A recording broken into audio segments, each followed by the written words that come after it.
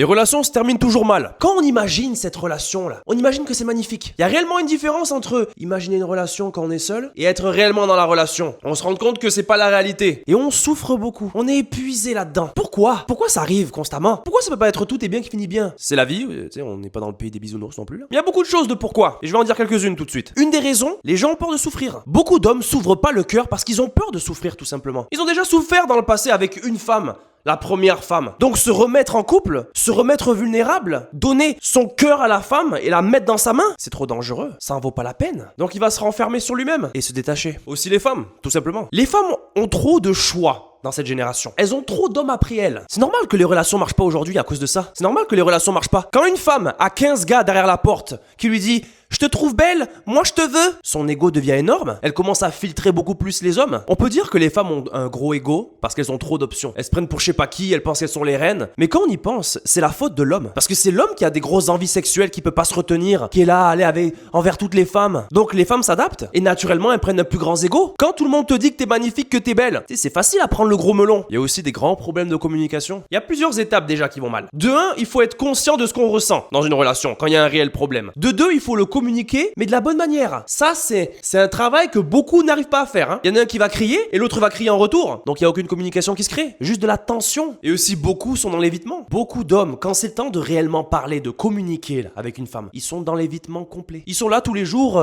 ils sont disponibles. Mais quand c'est le temps de réellement parler des choses sérieuses, ils évitent. Ils sont pas disponibles, ils sont occupés. Ça en dit beaucoup sur lui, hein. Il va trouver des excuses. Il va essayer de pointer du doigt en disant qu'il est comme ça à cause d'une raison, ou à cause d'elle. Mais au fond de lui, il évite les conflits. Et pour une relation, c'est pas top quoi. Il y a aussi une autre chose. Les femmes qui vont toujours parler de vouloir un homme vulnérable. Mais quand elles tombent réellement sur cet homme, l'attirance, il chute un petit peu. Elles le priorisent un petit peu moins. Elles le prennent pour acquis. Donc l'homme ensuite, il se rend compte que plus ils s'attachent, moins elle est attirée. Il y a une vraie contradiction entre ce qu'elle dit et ce qu'elle ressent. Énormément de femmes ont des standards irréalistes. Elles veulent un homme avec beaucoup d'argent, faire des voyages, plein de choses. Mais elles n'arrivent pas à se rendre compte que la vie de tous les jours, c'est pas ça. Il y a des conflits dans les relations.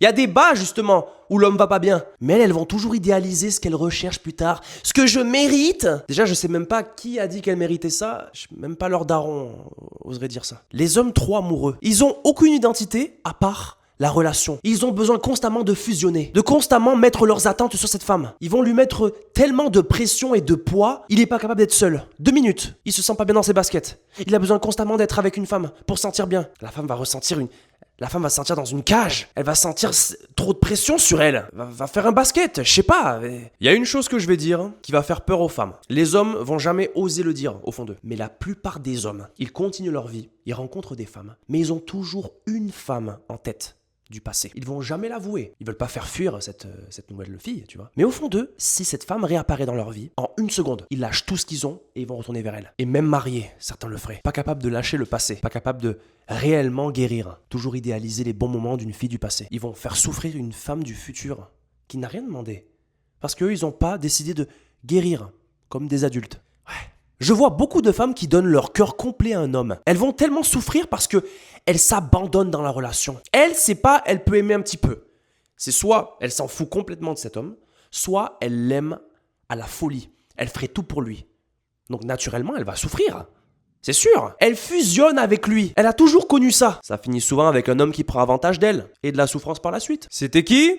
C'était Mansour Doréal. Je vous revois lundi prochain. Mes réseaux sociaux sont dans la bio. Ciao !